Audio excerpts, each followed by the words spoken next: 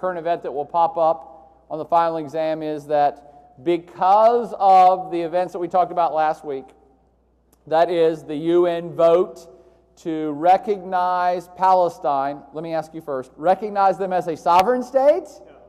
No. Palestine is not a sovereign state.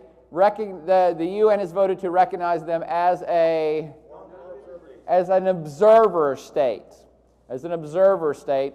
So not a full-fledged sovereign state, but with some limited capacity to have some power at the UN. And the reason this is problematic, you know what, I'll go ahead and make this a test question too because it's a tough one. The reason this really pissed off Israel and the United States is that even though it's a nebulous status, it's not a sovereign state status. It's very kind of, well, we're not really sure kind of status.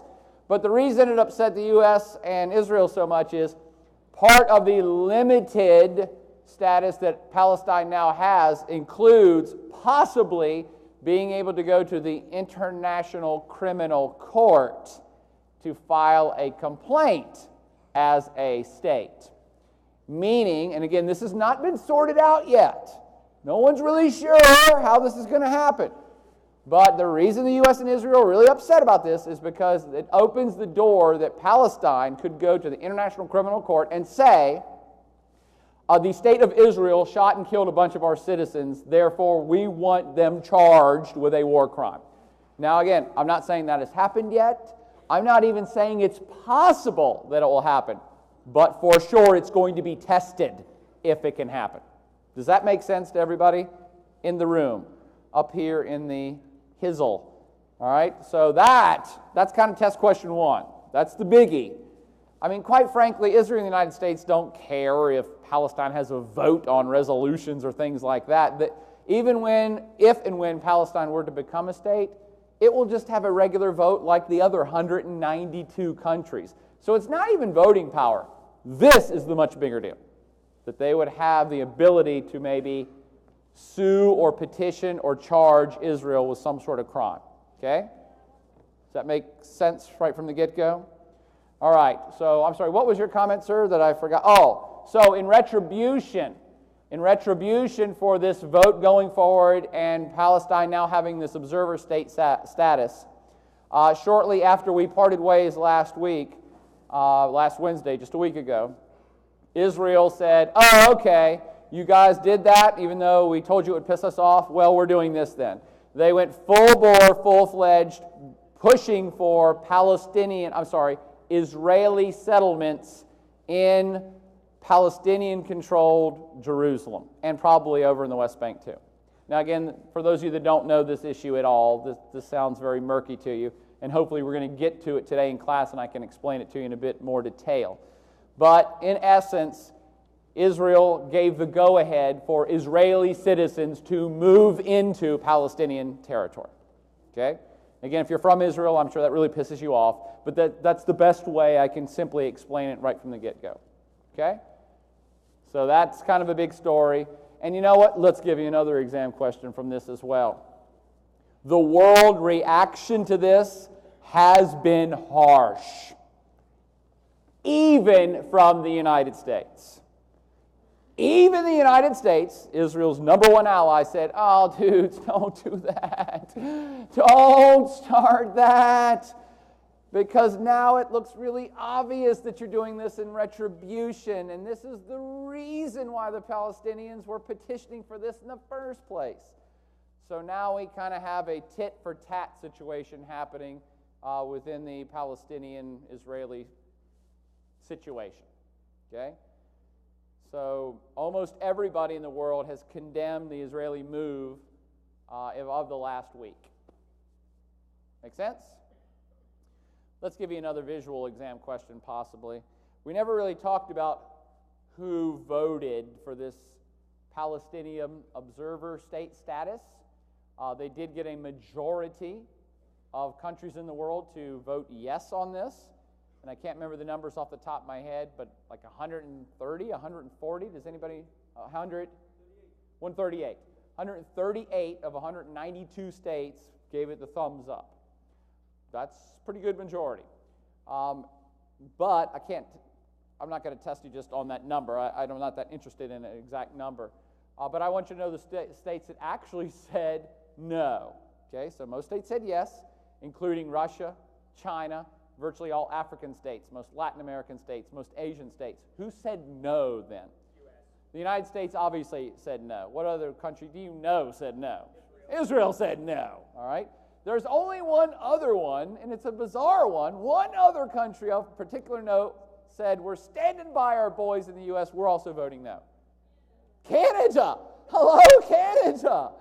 Making a surprise comeback in the current events. Canada voted no. Whoever said the UK, I think they abstained. I think France voted yes, but somebody can fact check me.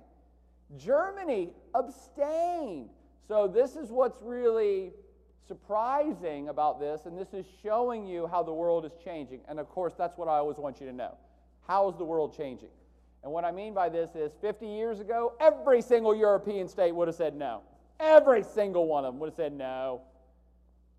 Some Middle Eastern states might have said no because they're U.S. allies. Okay?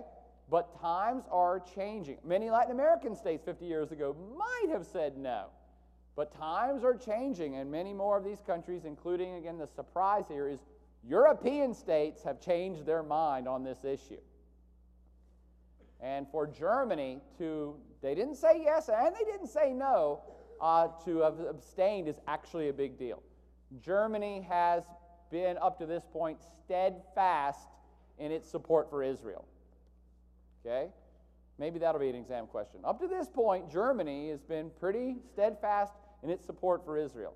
Why would that be, by the way? Hopefully this is not going to be offensive to anybody, but I like to talk about reality, not being nice. Yes.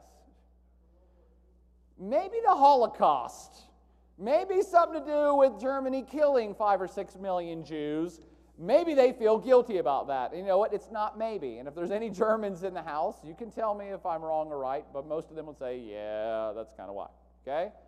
So Germany, since World War II, has been a supporter of the state of Israel, and that, I think them and France were kind of the big surprise. Everybody's like, oh my gosh, the two powerhouse states of Europe didn't immediately vote that down? Okay, that's how the world is changing. Okay, makes sense? Anything else going on in current events? The Onion struck again. That was last week, actually. Week before. For those of you that don't know, The Onion, the satire newspaper, regularly fools world reporters. And last week, a legitimate state-run Chinese news source reported an Onion story as fact and reran the story and added to it. Now, what was the story? You know what? Let's make it a test question. What was the story that The Onion, a satire newspaper, came out with that a Chinese newspaper reran? Kim Jong-un, sexiest man alive. That Kim Jong-un was voted the sexiest man alive. No, it wasn't even the unicorn story. That's separate. The unicorn story came out of North Korea. For those of you that don't know, that was not a spoof story. A North Korean news source reported they found unicorns on a mountain or some shit. All right, so that wasn't even a spoof. That's just North Korea, a living spoof. All right? Yes. Yes, and in a related story, let's stay with world leaders for only questions that you will get right because you're here listening to me say them because they're so preposterous, no one would think that this is the right answer. But in a related story, after the Chinese news source picked up the news story that Kim Jong-un is the sexiest man alive, they actually added to the story and put in 75 photos of Kim Jong-un into their story, all right?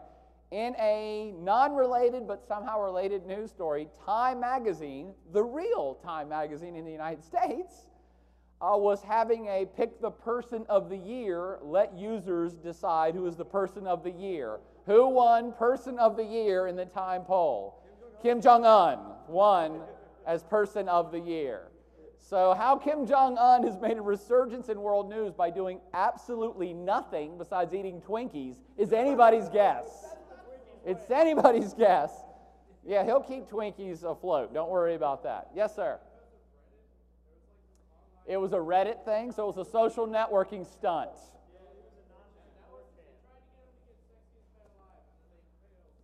So it was a Reddit social networking stunt that tried to get him Sexiest Man Alive, which was then picked up by The Onion, and so because they didn't get that, they did the other.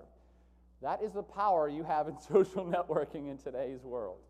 All right, anything else of actual value? Although, while we're on the North Korea thing, let's have another one with Kim Jong-un. Kim Jong-un's going to be another test answer. What else has happened in the last 4 days that involves Kim Jong-un, and this time it's real? North Korea is trying to launch a rocket. North Korea has declared they will do another major rocket test. We're not sure when, but probably in the next week or 2 weeks. Okay, so they're going to once again attempt a rocket launch. They do this about every 6 to 8 months. Does anybody know their record for rocket launches thus far in life? They usually drop about a mile or two off the coast of North Korea. Most of them are tremendous failures. So this is problematic nonetheless, because, of course, lots of folks in the world and the neighborhood around North Korea are worried about them being crazy enough to have the capability to launch a nuclear payload with a rocket. Feels like a test question, too. North Korea is this really so bizarre in so many ways, but another way they're bizarre is their nuclear program. That is, their nuclear bomb program actually may rival their rocket program. So, for those of you that don't know much about science, I don't either, but usually making a nuclear bomb is way harder than making a rocket. Almost everyone in the world masters rockets first, and then you go on to the more complicated business of making atomic or nuclear weapons that you put on your rocket. North Korea, like so many other things, kind of does it in reverse. They're like, we make big bombs that we can't take nowhere, all right? So they might have a nuclear weapon that can only be delivered at this point via canoe, which is why the rocket test is of more consequence. Okay, Iran does rocket tests, Russia does rocket tests, the U.S. does rocket tests. It's not that big a deal in these places because what they're doing is known. If North Korea can actually successfully launch a rocket that can get past Japan or get to the United States, it's instantaneously becomes a much bigger deal because we're not sure if they have a nuclear bomb or not. Okay? So Kim Jong-un, a trilogy of stories on Kim Jong-un, and you've been very patient. What do you got? President Morsi of Egypt leaves presidential palace as thousands of protesters surround. Are you serious? Is that happening right now? Another world leader exam question happening right now. From yesterday? Oh, well, I haven't heard that he fled the palace yesterday. Well, he must be back already. Yeah, okay. Let's do another world leader one. President Morsi. What country does President Morsi lead? He is the president of Egypt. And currently Egypt is once again embroiled in massive protest. Both pro-President Morsi and anti-President Morsi protests are happening right now in Egypt. This place continues to be a tinder keg that could blow at any time. All right? So what is it everybody's so pissed off about at President Morsi that maybe protesters made him flee the palace yesterday? All right, I'm going to give you the abbreviated version because I'm not sure I understand it either. But since taking office, they've been trying to redo a constitution for Egypt, right? Give more power to the people, supposedly, restructure the entire government. And the United States and others have been very scared of this guy because he comes from a political organization called the Muslim Brotherhood. The Muslim Brotherhood. Go ahead and jot that down. The Muslim Brotherhood. President Morsi is from a political party named the Muslim Brotherhood. Now, it's a political party that in Egypt is a totally legit political party. It was suppressed for decades under the former dictator. He wouldn't even let them vote, wouldn't let anybody let them meet, threw them all in jail. Since Hosni Mubarak, the former dictator, has gone away, this political party has risen in power radically. The Western countries, namely the United States, are very leery of this political party. We're troubled by them. We're not sure if they're hardcore Islamists that want to make the country into a theocracy like Iran. So Western governments are kind of scared of this guy and his political party, and now they're given reasons to be more scared. And that's what the current event is. In the last month, him and his party have put forward a constitution which doesn't look like the type of democracy that we really like. I mean, that's the bottom line. It's still like a democracy, but not like the democracy we really like. So it doesn't have a clause actually stipulating that women are equal. It does say that religion plays a bigger role in the society. It does say that if you have blasphemy against the Prophet Muhammad or Islam, that could be punishable by I don't know what. So it's starting to look to the outsiders in the West as, oh, they're turning into Iran, and that's what scares us. And to finish up this story, it appears that way to many people in Egypt too. Many Egyptians are saying, yeah, this looks like it's turning into something that we didn't want. Maybe we are turning into an Islamic republic, and maybe half of the Egyptians don't want that. Maybe half do. This is a country that has a long way to go before people are stabilized, satisfied, and happy. Maybe that's the bottom line here. Egypt has a ways to go. For those of you that don't really follow international politics or say, who cares? Why would I care about this? Here's why you should care. Egypt actually is one of the more, if not most important Arab countries, period. Bottom line, period. Saudi Arabia is on up there too. But Egypt is a very big population.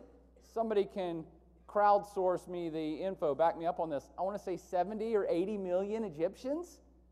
That's a sizable population. It's one of the biggest, if not the biggest population in the Middle East. It's one of the bigger populations in Africa. This is a big country with a big amount of people.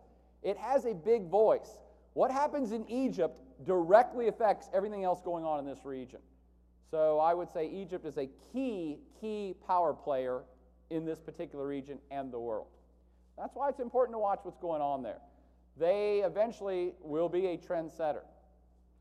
Most Egyptians are actually very literate, fairly well educated, so it's not like it's a bunch of people just hanging out in poverty. This is a big group of people who know what's going on in the world. They're not happy with their government, and they are in a state of chaos until they smooth out and figure out the future of Egypt. And it's not going to happen next week or the week after that either. Right? Is that cool? A couple other current events that I'll try to work in one way or the other. A massive typhoon just hit what country? Philippines. It's late in hurricane season for us. We've already forgotten about hurricanes around here. But so this is kind of a random stray late typhoon over in the Pacific region. Again, for those of you that missed first or second class, a typhoon equals hurricane. They have the same seasons. It's the same type of meteorological phenomena. So this is a late in the game, big typhoon that just whammied the Philippines. Anybody else know of another natural disaster that occurred the last 24 hours?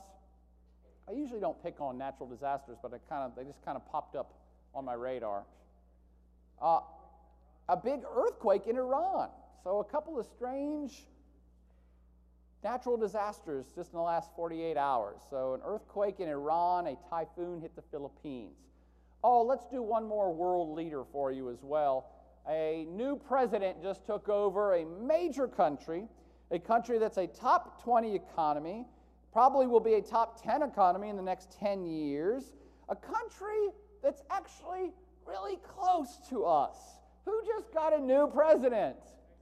Mexico. Mexico just got a new president.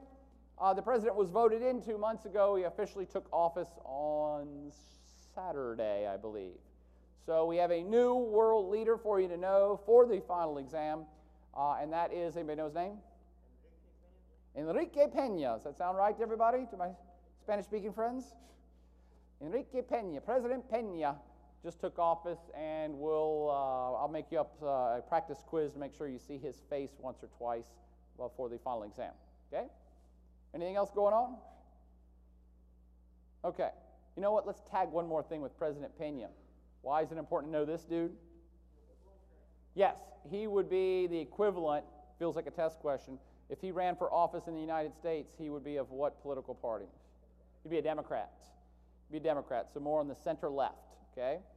He is taking over the Mexican government at a time after having 12 years of Republican rule. Again, their political parties are named different. I'm just putting it in American terms for you.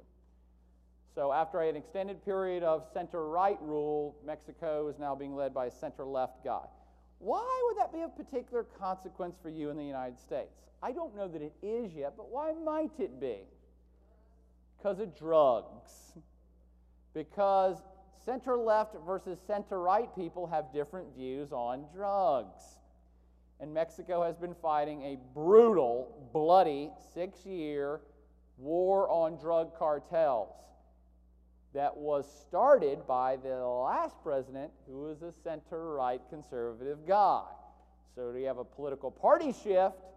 This guy, I'm not saying he's going to, but this new guy may say, we're not going to fight that war so much as my conservative friends on the other side of the aisle were.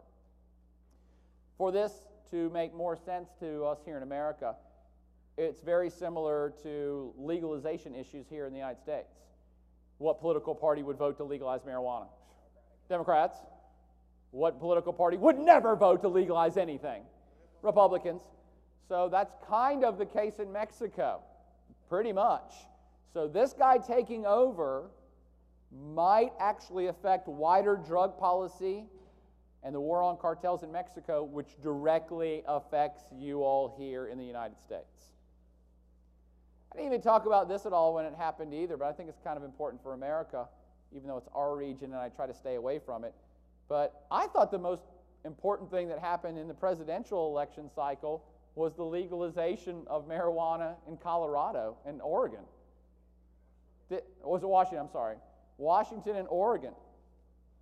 I'm surprised you're all still here. Maybe that's what happened to the rest of our class. Maybe they moved to Colorado and Washington. Yes. What's that? They can't actually legalize it. It's still against the Constitution.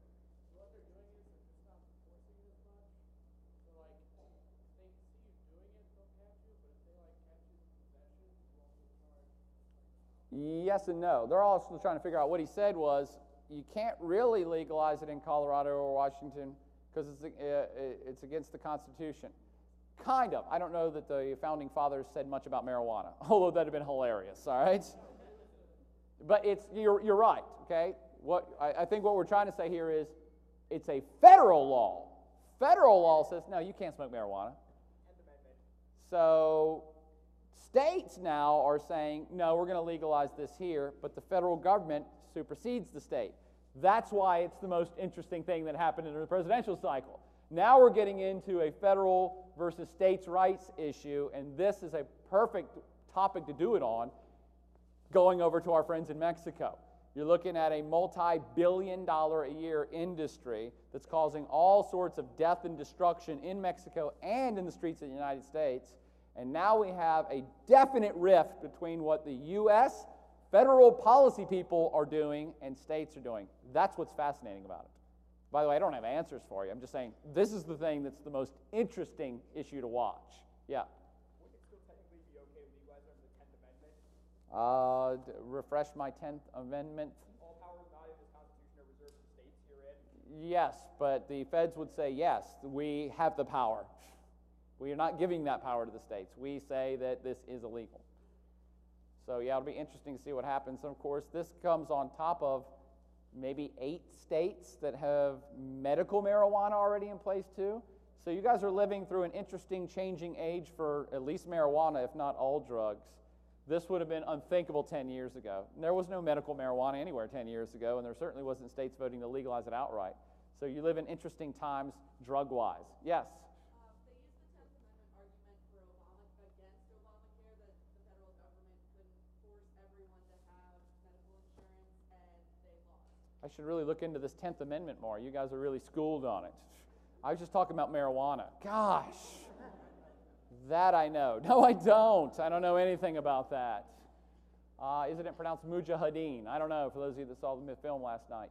It seems like we were going to do announcements. Oh, yeah, so let's just get through this since we already this is all boring stuff now. Anybody doing Brotherhood of War after this? Okay, be forewarned, it's an ultra-violent film. Ultra-violent war film set in North and South Korea. It kind of is, there's like 10 million movies made about the American Civil War. I'm sure you've seen lots of them, where the Civil War in America pitted brother against brother, and we're like, oh, that's so unique and cool of the American Civil War. No, it's not. Every Civil War pits brother against brother.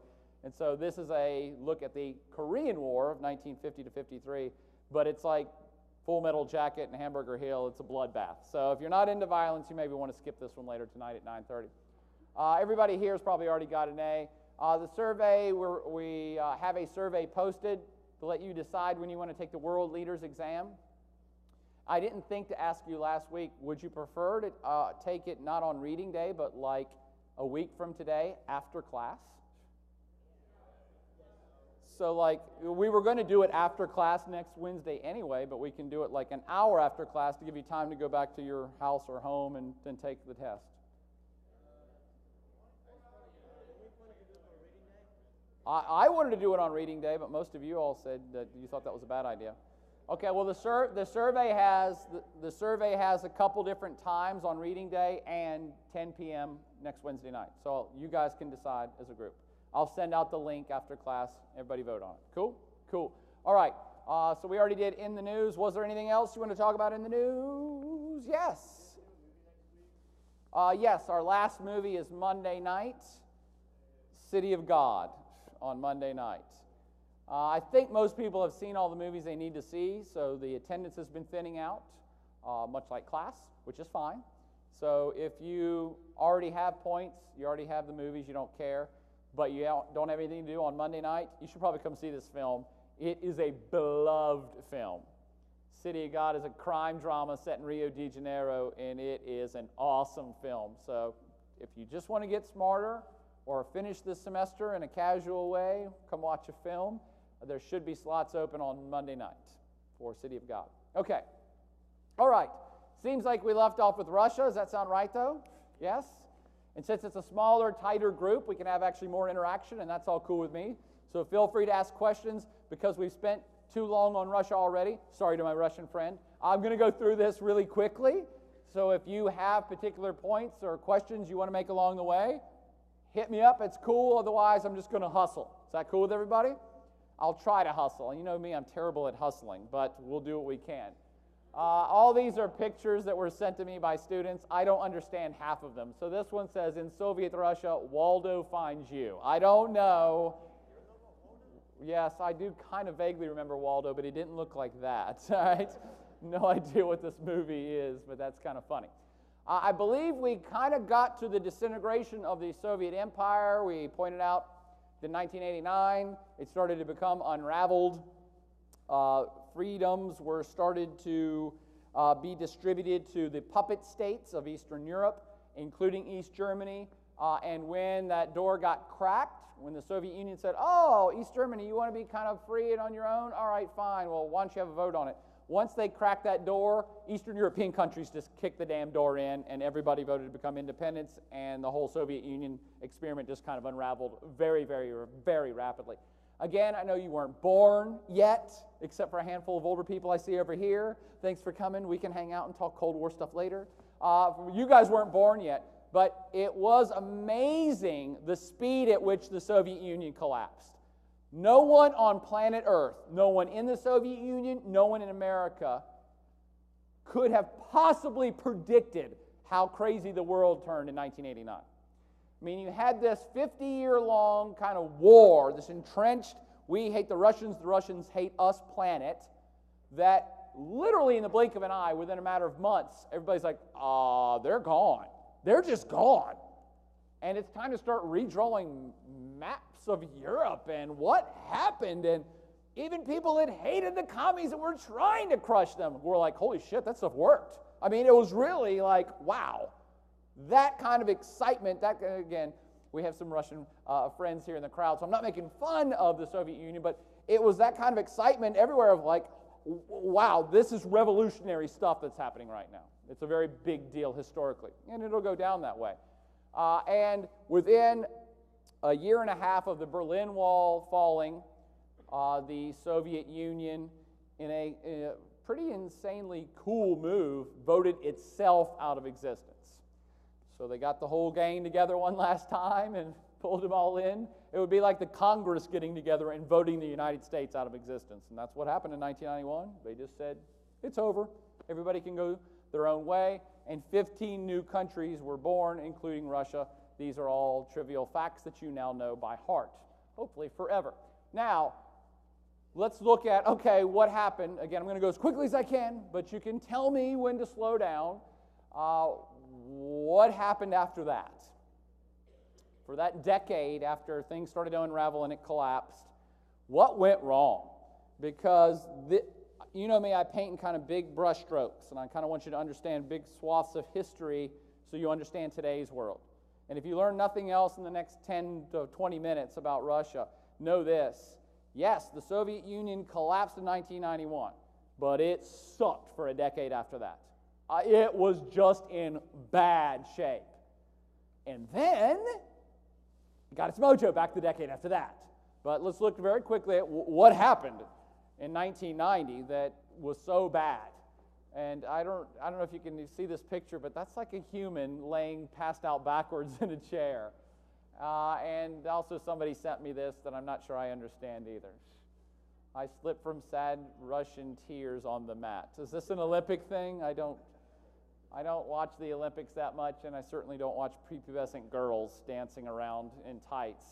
It troubles me for some reason, but it's a sport, all right? Most people think it's great. I think people should be reported for doing that. All right. Anyway, quickly, what happened to Russia? We're not talking about the Soviet Union anymore. We're talking about Russia. For the whole decade of the 90s, they were broke. For all the reasons we've talked about. It's the main reason the Soviet Union imploded. It wasn't because they ran out of weapons. It wasn't because of a certain exact thing. It actually wasn't even because of the Afghanistan campaign that we've talked about, for those of you that saw Charlie Wilson's war. It was they were overextended. Their economy was not doing well. They were in this weapons race with the United States, but their internal economy wasn't working. And I don't know if I made this point clear last class, so let me make it crystal clear now as a test question. One of the main reasons the Soviet economy sucked so bad is they did not have a domestic economy. Let me repeat. They didn't have a domestic economy. Okay, what does that mean for a non-economist? They didn't sell shit to their own people. They didn't have an internal economy. So whereas the United States, we make clothes and cars and washing machines and microwave ovens and missiles and tanks and weapons and vodka and everything and grow food, and we export all that stuff too. The United States economy is what we call diverse. We do everything. So, when this sector sucks, that's okay. This sector's doing all right. Oh, and our exports of food sucked this year because it was a drought year. That's okay. We still make washing machines. That was what made the United States economy very vibrant. The Soviets focused. They specialized. They said, no, we don't give a crap about consumers. We don't care about consumer goods. We don't care about that stuff. We'll make one type of washing machine for Soviet Russia. You will all buy it. We don't care if it's good. We don't care if it breaks. All right? Because you're not buying it anyway. It's communism. We're giving you one. All right? We make one type of car. Is it pretty? Don't care. It runs. All right? That was it. So there was no internal economy. They focused on heavy industrialization, weapons, tanks, space race, all of that stuff. You can't sell missiles to people. All right? So their economy gets very flustered because they were also overextending credit lines abroad. They were helping out their communist friends in Cuba and Angola and other places. And meanwhile, they're not a very vibrant economy. And it just starts to catch up with them by the 80s, and that's part of the main reason for the collapse. Yes? The people's education was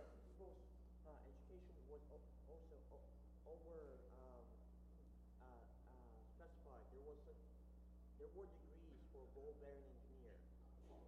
Yeah. So you had people over-specialized in one area, they could not move on to anything else.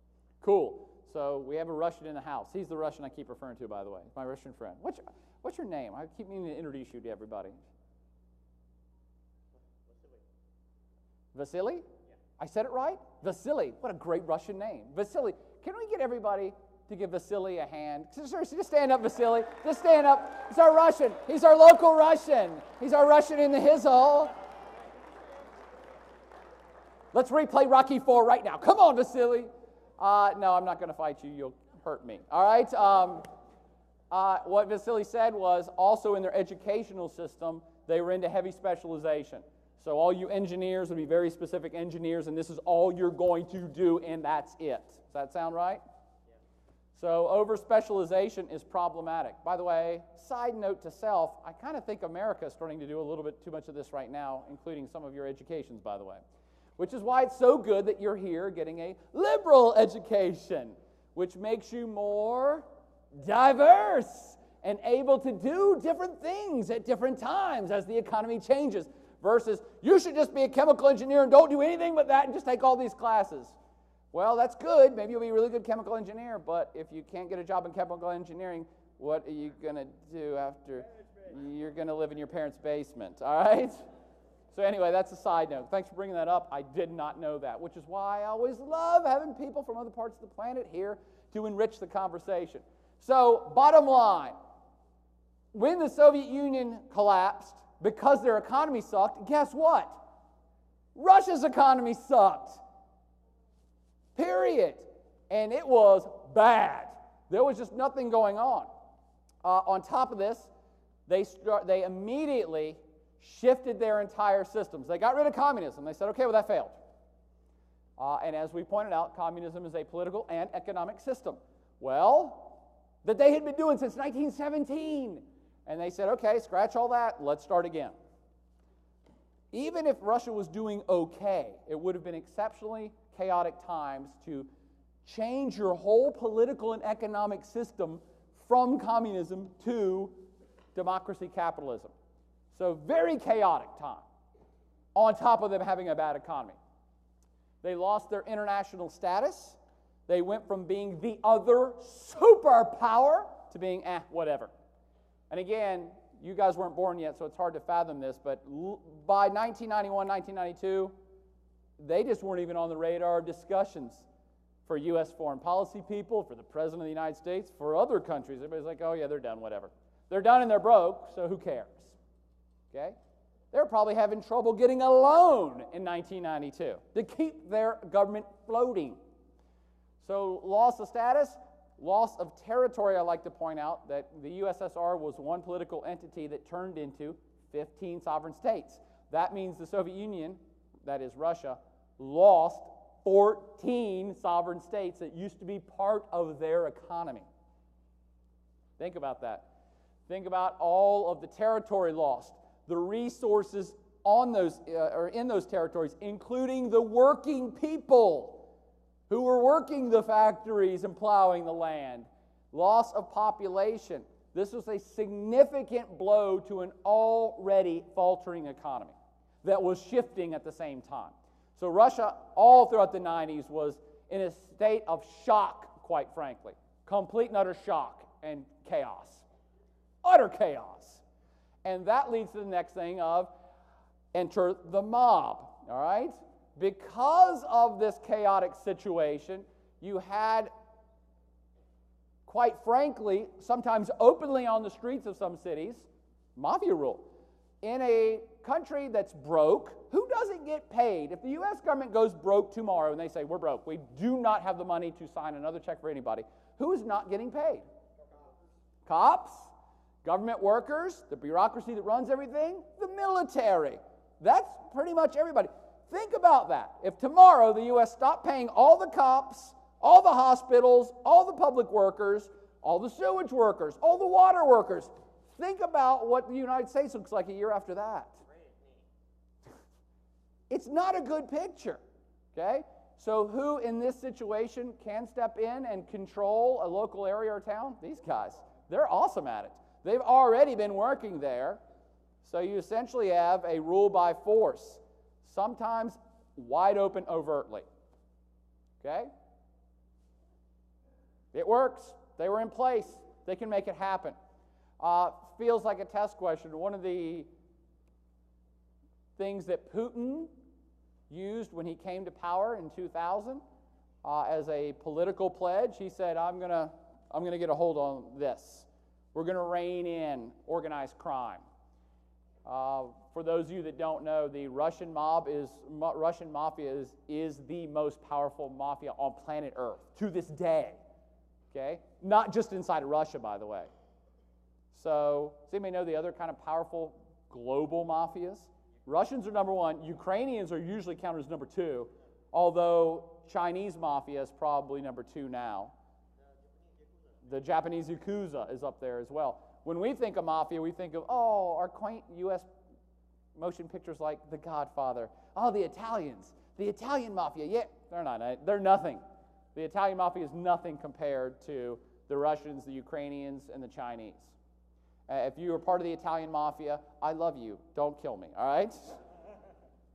But you guys aren't quite on the global scale that these guys are. And part of the reason that the Russian mafia is so powerful globally to this day is because of the 1990s in which they pretty much had free run of Russia. So organized crime, major issue during the 90s. This is just a handful of stories. You don't have to read them. Just kind of look at the headlines.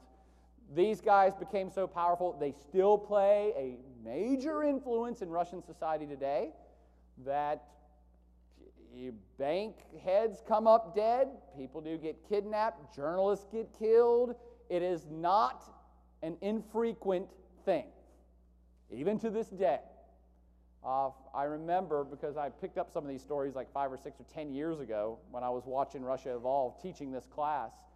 And for a while there in the late 90s and early 2000s, being a hitman was an honorable thing in Russia. They made a hell ton of movies about mafia, much like we do in America. It's like, oh, the mafia is cool. Oh, look at all these great mafia movies we have. Oh, there's mafia rap songs. And it's like, yeah, when you're that overt with it in your popular culture, that means it's respectable. It was a good, viable work option to join a mafia 10 years ago. Maybe one of your best options. You never want to be in a society that's kind of bottoming out like that. So hitmen were a particular problem, and in Soviet Russia, law breaks you. Someone sent me this too. Again, not sure I get the comedy, but it seems like we're having some of this return to the streets as Putin is maybe cracking down on dissent, in public dissent. What else is going wrong? Well, we have a people problem in Russia as well. We did 20 years ago. We do still to this day. And the people problem is, of course, they don't perhaps have enough.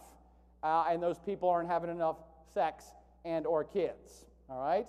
I take that back. Maybe they're having loads of sex, but they're not having kids. Russian fertility rate is 0.9, 1.1 maybe.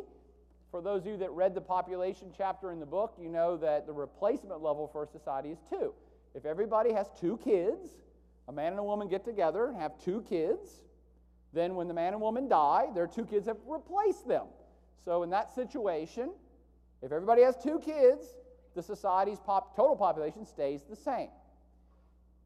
If you're only having 1 kid, or 0.9 of a kid, that's a kid minus an arm, all right? A 0.9 kid, your population is shrinking every year that goes by. And Russia's population has been getting smaller every year for 20 years. Shrinking. Now, again, some might say, oh, that's awesome. I hate people. Who gives a shit? That's less people on welfare, less people to take care of whatever. Is that how governments think? Does the United States government want less of you or more of you? They want more of you. I can assure you the Russian government wants more Russians. Why? Who works? People do. There's only so many pack mules you can put to work, and they can't really build cars, all right? You need workers in your society. Why else do you need people? What else do people do? They procreate and make more people, yes. They pay taxes. If you don't have people, you can't collect taxes. You can't keep funding your government. You can't have an economy. You can't do all of these things that countries do. And if you have a population that's stable, that the United States does, even here we're like, oh, we kind of want you guys to have more kids. Can you guys go have sex and have more kids? How does your government encourage you to have more kids? They give you tax breaks. I've got a couple of tax breaks at home myself, all right? I love them. They have names I've heard, all right? Joking. Yeah, the U.S. government gives you a tax credit for your kids. In fact, all of you in this room are a tax credit. And your parents love you for that, all right? In Russia, I'm assuming they're giving you $1 billion to have kids. They're begging people to have kids. Yeah? Let's ask a Russian. I think it's about 20,000 rubles for every second child. You get 20,000 rubles to have a second child. Feels like a test question.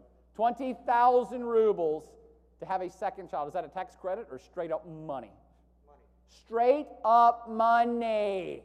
Probably more. Gotta check numbers. Let's crowdsource that, but for the exam, 20,000 rubles just to have a second kid.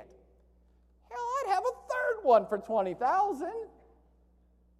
Oh, wait a minute, 20,000 rubles, is that like $5? Hook me up here. What's the conversion rate? $650 US, $650. Hey, that's a good weekend in Vegas, all right? I'd have a second kid for that. Yeah. Yes, and actually, I asked this last week, and I've refound the story of sex for the motherland. Russian youth encouraged to procreate at summer camp. So there are summer camps now, and we're not going to ask Vasily if he's been to one. I would not do that to him, all right? But apparently they have camps where they... Yeah, I'm not going to say get it on, but it's kind of like a prom plus, all right? They want to socialize the kids, and so it's a camp, not about earning merit badges, but about socializing young Russians. Yeah. So ironically, U.S. is against teenage pregnancy while this is happening? Yes, so America, we would be against teenage pregnancies. Russians, all for teenage pregnancies. Let's get you kids drinking more and destroy condom factories. I don't know what they do, all right? But it is kind of a big deal when your population is shrinking. And you know what? I rarely ask you to know numbers, but let's go ahead and know the Russian population number. Some of you might know it already. How many Russians are there? It ain't many. It ain't as many as you think. 5 million? No. It's more than that. Hell, that's the greater D.C. area. Yeah. 12 million? Higher? Now, it's a big country now. Come on, think big. All right, hold on. Let's put it into context. How many citizens does the United States have? 300 and maybe 10 million. Let's say 300. 300 is a nice round number, right? 300 million people in the United States. Does Russia have? You can almost exactly cut it in half. Russia has about half as many people as the United States, about 150. I want to say 147 is a number that sticks into my brain for some reason. What's that? 141. So 141 million Russians. Now, again, that's one of the bigger populations of planet Earth, but given the size of Russia, there's not many Russians. Russia's the biggest country on planet Earth, only has 141 million people in it. That's less than half the U.S. population. And that was the country that we were fighting in the Cold War for all these years. Half the population, okay? But I'm getting bogged down. I forgot. This one I don't get at all, by the way. This one says in Soviet Russia, duck hunt you. I don't know what duck hunt you means. Somebody sent this one to me. I don't get it. I don't even think she's Russian, all right? Then again, maybe she is. Okay. There also has been major health issues in post-Soviet Russia in that their whole healthcare system collapsed. And you think we have issues with our healthcare system in America? We're all sitting around whining and bitching at each other about, oh, Obamacare, I don't want this free, or no, we should get this. And it's like, think about this. Post-Soviet Russia 1991, there was no health care. None, period. If you wanted to go to the doctor, you better have a bottle of vodka or some cash, and probably there wasn't much cash floating around. And that was to perhaps get a third-rate health assessment. Okay, so health problems have radically inclined since the collapse of the Soviet Union. Alcoholism, some of the worst alcoholism rates on planet Earth, not Vasily, of course, all right?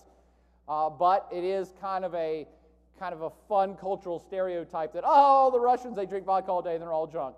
Oh, well, that's not really true, but actually, yes, they have some of the highest alcoholism rates on planet Earth. At the time I posted this slide 7 years ago, the Russian life expectancies for males was 51. Life expectancy was 51 for males. 51! That's a number we would associate with an impoverished nation that people couldn't even stay alive in. That's how bad it got. Now, again, Russian men are way worse off than Russian women for reasons which I don't understand, or may not know all of them. But you kind of compound things. The whole system collapsed. Their healthcare system collapsed. They're pretty depressed. They lost their world power status. Their economy sucks. Unemployment is gigantically high. People drink a lot, and you start to add it up, and men die very early. I'm not even sure if it's risen a lot since then. I'm assuming it's risen some. I'm thinking it's up in the 60s range now. By the way, if you guys don't know what life expectancy is, you just average the time of death for everybody in the society. So the average man in Russia dies before they're 60. That would seem shocking if we said the average American man died before 60. Wouldn't that seem shocking to you? Wouldn't that worry you a little bit? You're like, oh, my parents are going to die, all right? We expect people to retire at 60, not die, not permanently retire. So this is a society that still has a ways to go. When I posted this story, the thing that actually caught my eye, I'm trying to think of what it was, alcohol responsible for 40% of all serious disease, including cirrhosis, and it magnifies other health problems. Home distilled vodka and other spirits blamed for high incidence of alcohol poisonings. And Russia's drink problem, here's the thing that caught my eye, is said to be behind the high rates of heart disease, road and workplace accidents, makes sense, and drownings. Drownings. Vasily, how do people in Russia drown? Isn't the water frozen most of the time, for starters? And how does alcohol play a part in drownings? Are people really getting drunk and going swimming? Or is it that they just get so drunk they fall face first into their porridge and drown in a bowl of soup? I don't know. That's what I didn't quite get. Speaking of which, I referenced this. Another thing that went wrong for Russia post-Soviet era was the environment. The environment is not in good shape either. And what I mean by this, I referenced actually in China. Feels like a test question. China and Russia have this kind of in common, in that both countries, in striving to become world powers, really just kind of said, we don't give a shit about the environment. Okay? When Russia was in a race against the United States for world supremacy, and during China's rise to global supremacy, both countries have said, no, let's mechanize, let's industrialize, let's make stuff, let's get factories, let's raise employment, let's do stuff, let's get people excited, let's make money, let's do all of these things. We're dumping all the waste in the rivers? Yeah, whatever. We'll worry about that later. Let's get rich, or let's win the battle against the United States, and then we'll worry about all the pollutants we've been throwing around for decades. So both countries have massive environmental problems. And for all of the slack that we give our government for being too regulatory, we have these offices that make building stuff such a pain in the ass, and every time there's a dam that's going to be built in America, there's 10 million laws you have to follow and all these environmental studies you have to do. What a pain in the ass. Yes. And that's why we have national parks and great places to go hang out in, and we're not dying of shit like that. Because in Russia and China, they say, environmental regulations, who gives a crap? Just dump it in the river. We'll figure it out later. There are places in Russia, particularly up in the Kara Sea and the Laptev Sea, where all of this post-industrial contaminants and actually nuclear contaminants have flowed in all the rivers for so long that there are places in the Kara Sea that glow green at night. Fluorescent. It's magical. It's also deadly, all right? And they have some of the worst horrific environmental sites on the planet. China will probably have a lot more of them too once the government starts reporting on them, because they're not even doing that yet. I want to add in something here as well. It's not even in the slide. We'll make it pertinent to you in some sort of test question format. Another thing that ceased to happen as soon as the Soviet Union collapsed was security. And I've already pointed out that, you weren't paying the police, so the mafia kind of run the street. You weren't paying your military either. Think about having one of the world's biggest armies, a nuclear arsenal, tanks, rockets, guns of all make and manufacture, and suddenly you just say, by the way, we can't pay you people anymore. What do you think happens very quickly in the 1990s with Russia's military? The black market gets flooded with weapons that all of the military people start selling so they can feed their families. It's one of the reasons why the Russian and Ukrainian mafias are so powerful. They are the major illegal gun runners on planet Earth because of this era. All right? So military people sell their own weapons, then they go start scavenging stuff from the base. And hell, let's see if we can sell a tank.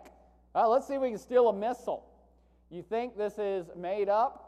I still remember this vividly, 1999. Someone can backtrack and find the story. A flatbed truck, 18-wheeler, was stopped at the Uzbekistan-Afghanistan border. Was stopped at the Uzbeki-Afghan border. On the back of this flatbed truck was some big object with a big tarp over it. Just a tarp. This truck had come from somewhere in central Russia. It had already crossed 4 international borders. It finally got stopped at this border, and when the Border Patrol stopped them, they said, hey, what's on the back of the truck? The 2 people in the truck got out and ran. Just ran away. So they said, well, what the hell? They went back and uncovered an intercontinental ballistic missile on the back end of a flatbed truck that had crossed 4 international borders. And that's when people went, whoa, hey, let's help the Russians account for all their weaponry. So you should know this is an exam question. The United States has been helping Russia for almost 2 decades keep a lid on their weapons systems. We've been helping them. We've been one of the active forces saying, hey, let's figure out where all your nuclear missiles are. Let's do that for starters and see if we can lock that down, and then let's find all your ICBMs and let's collect all that stuff up. We'll help you out. So even though Russia and the United States don't get along well, actually our militaries get along better than our governments do in a bizarre move. Do you have a comment or just? There's unrelated story I know is that there's this documentary by Vice, and they were researching like this guy used to funnel weapons from Russia from these military bases, and one of them was a dirty warhead. So he apparently decided to be a great place to store it in his mother's backyard. He put a warhead in his mother's backyard? Yeah. Okay. And then when he came back to go get it, he lost it. He lost the warhead. Yeah. This is on Vice TV? Yeah. You send me the link. I'll send it to everybody. That sounds hilarious. I mean, a lost warhead, does it get funnier than that? Yeah, so this has been a big issue as well. Again, the reason I'm telling these stories is to get you to understand the level of chaos that was going on in Russian society at this time. I mean, just utter chaos. The government had formed itself into a democracy, and they embraced capitalism perhaps too quickly. And so things just did not go well in the 1990s during this big transition process. They also lost massive influence, which affected their sense of security. This is an issue to today's world. And what I mean by that is, as pointed out last class, Russia, that is the Soviet Union, had all these puppet states over in Eastern Europe that they kind of controlled, that served as a nice buffer zone. Okay? They controlled Georgia, Azerbaijan, Armenia, a nice buffer zone down on that border. They controlled Central Asia, a buffer zone around that area. And suddenly, they lost all that. And those are independent states that start siding up with other teams. Now, what I want you to know for this particular class is the Iron Curtain used to define their zone of influence. Okay? It's called Russia's near abroad. Their zone of influence. So Russia's here, but they really influenced all these other areas around them. Kind of like the United States is here, but we really influenced Canada and Mexico and all of Latin America. All right? So Russia used to have a much bigger zone of influence that suddenly gets wiped away. Because even though all of these states in Eastern Europe are puppet states of Russia, some countries in particular were never very happy being part of Soviet Russia or part of their sphere of influence.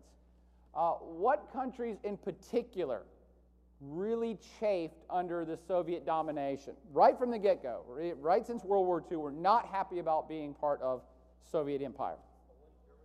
They're lit up for you here in particular because the red squares are where there were open protests in the street of people who were saying, we don't want to be part of the Soviet Empire, we want to overthrow our government and have a democracy. Openly, okay? Throughout the 60s and 70s and 80s. So the answers are Poland, Czechoslovakia, although let's just say Czech Republic. The three countries in particular I want you to know that were not happy with the situation were Poland, Czech Republic, and Hungary. You can write down Czechoslovakia. I'm not going to be that tricky on a test, but Poland, Czech Republic, and Hungary. East Germany was never that terribly happy, too, for those of you that saw Goodbye Lenin, the movie. But these countries said, we're not keen on this, we don't like it, and we're going to protest against it. Now, the reason I'm telling you that is because when the Soviet Union collapsed, what three countries joined NATO immediately?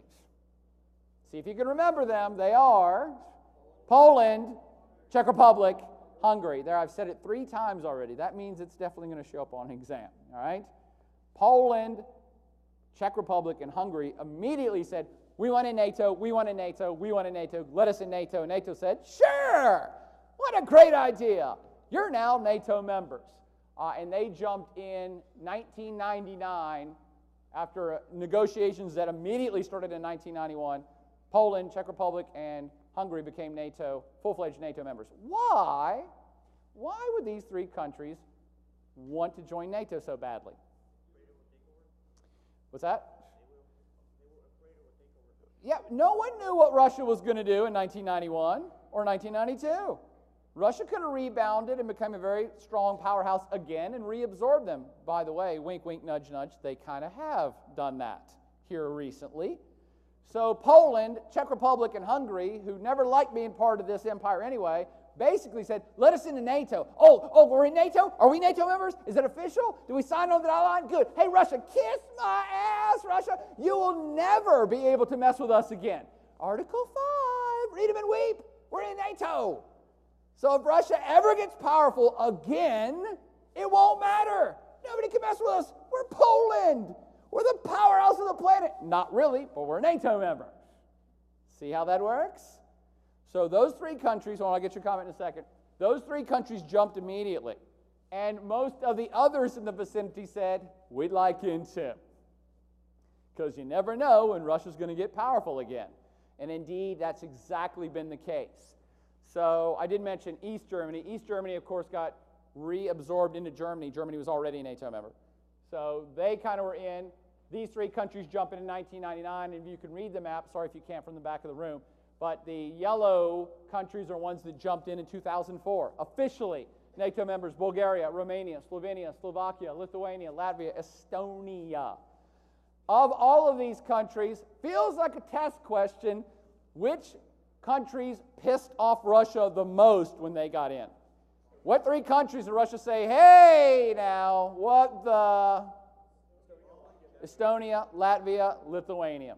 Why would those 3 in particular piss off Russia so badly? They share a border, a direct border with Russia. There could be, I don't know this for sure, but there could be NATO defense measures and missiles located in Estonia. A rocket could get from the capital of Estonia to Moscow in probably 30 minutes or less, like Domino's Pizza, all right? But slightly more deadly. You know what? Equally deadly, all right? I just realized that. I'm sorry, Vasily, what were you going to say?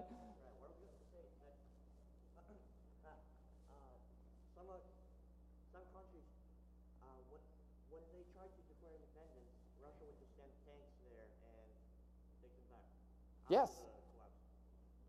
After After? the collapse. Yeah, I mean, that's kind of one of the reasons I wanted to pick on Estonia and Latvia in particular. You know, really Estonia, but I'll say Estonia, Latvia, Lithuania.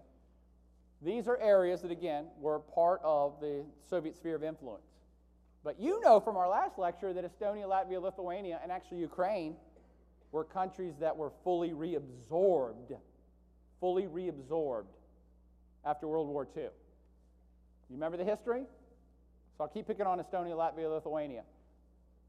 They were part of the Russian Empire, kind of. And then World War I, which was disastrous for the Russians said, we lost this territory to the Germans, we don't care, we resign, we quit, we're out of World War I. But then the Germans lost World War I too. World War I as well, I should say. And in doing so, in 1919, Estonia, Latvia, and Lithuania declared independence. And they were independent countries, right on up until Nazi Germany invaded them again. And World War II was on. And then when the Soviet Union kicked Nazi ass all the way over to Berlin, those three countries and Ukraine were fully reabsorbed. And that sat even worse than people thought about it in Poland, Czech Republic, and Hungary. So there is bad blood, feels like a test question. Some of the baddest blood that still exists is between, say, countries like Russia and Estonia. I know this from firsthand experience, by the way, having gone to Estonia, and people say they have a museum called the Museum of Russian Occupation. So anytime you throw one of those into your capital city, it's making a statement about what you think about Russians. And there are people, they tried to ban the Russian language. They banned the Russian language in schools in Estonia. Many people who were of Russian descent left Estonia because they were getting persecuted. So you have that type of bad blood that the Russian government says, hang on, you're letting Estonia be a NATO member, a country that doesn't like us, and you're going to let them have weapons 30 minutes from Moscow? This really pisses us off. Now you're really in our backyard, up in our hizzle, all right, threatening us. I'm telling you this story for one particular exact reason. I want you to understand and write it down if you don't understand this yet. Russia feels threatened by NATO.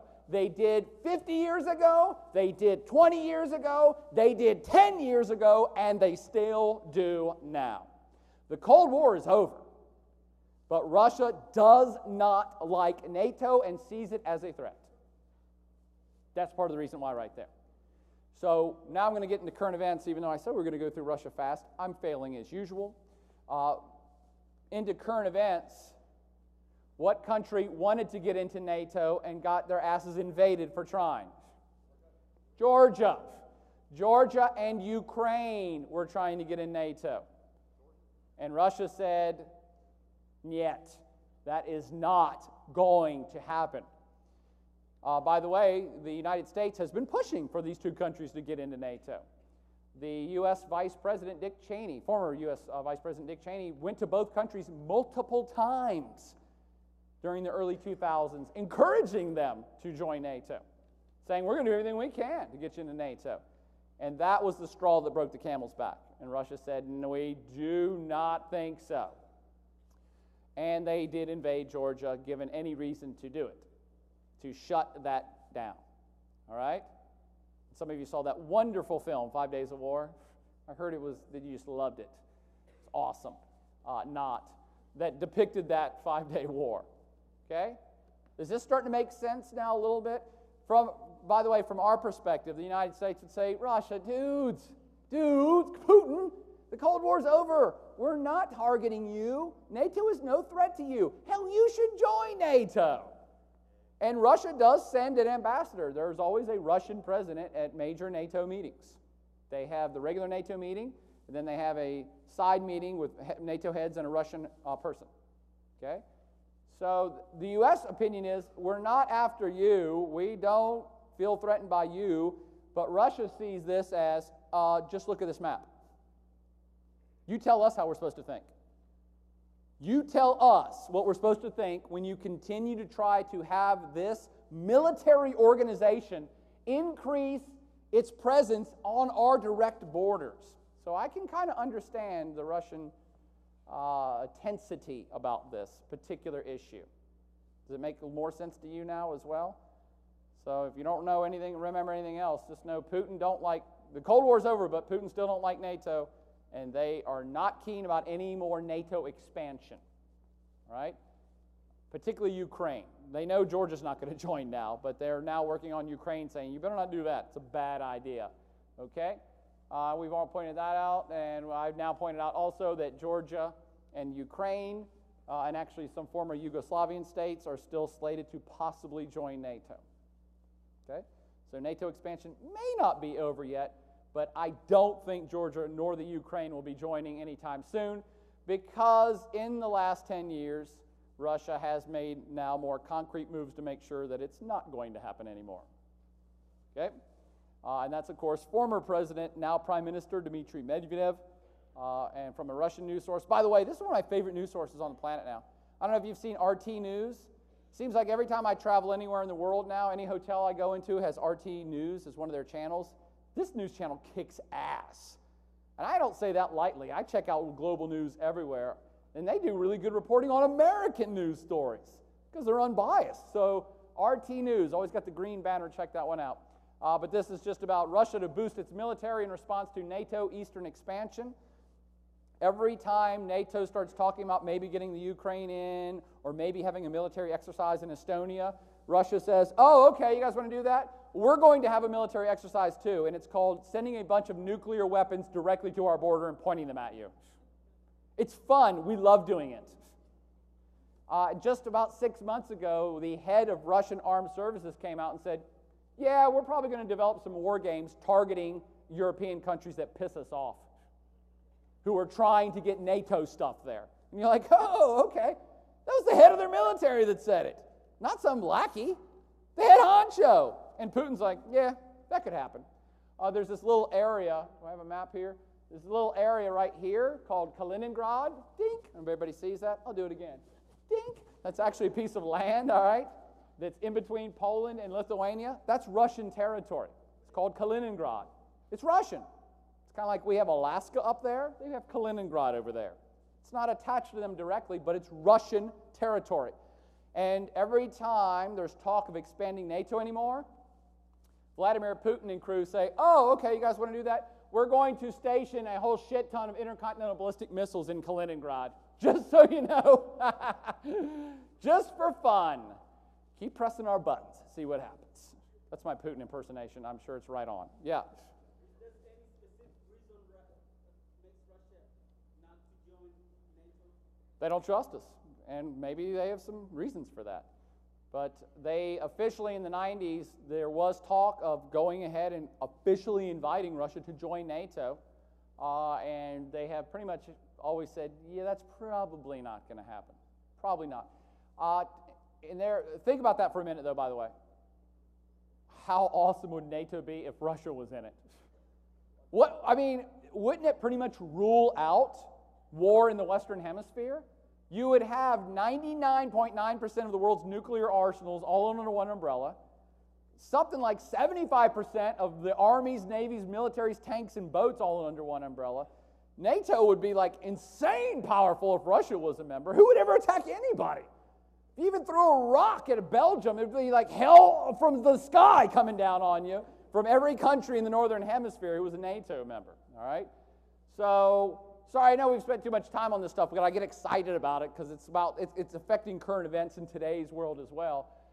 And the kind of last thing I want to point out about this is that Russia's back now. If you haven't picked up on this yet, you might be asking in your head, well, why didn't NATO expand all during the 90s and the early 2000s, and Russia got all pissed off about it, but Russia didn't do anything? It's because they were weak, because their economy sucked, because they couldn't do anything about it. They had lost their status. They were struggling to survive. So as the Western forces grew in power in the surrounding areas, Russia was powerless to do much about it. They ain't no more. That's what I want you to get. They ain't no more. So when Georgia 2 years ago was like, we're going to get in NATO, Russia's like, you're not. And now we're back.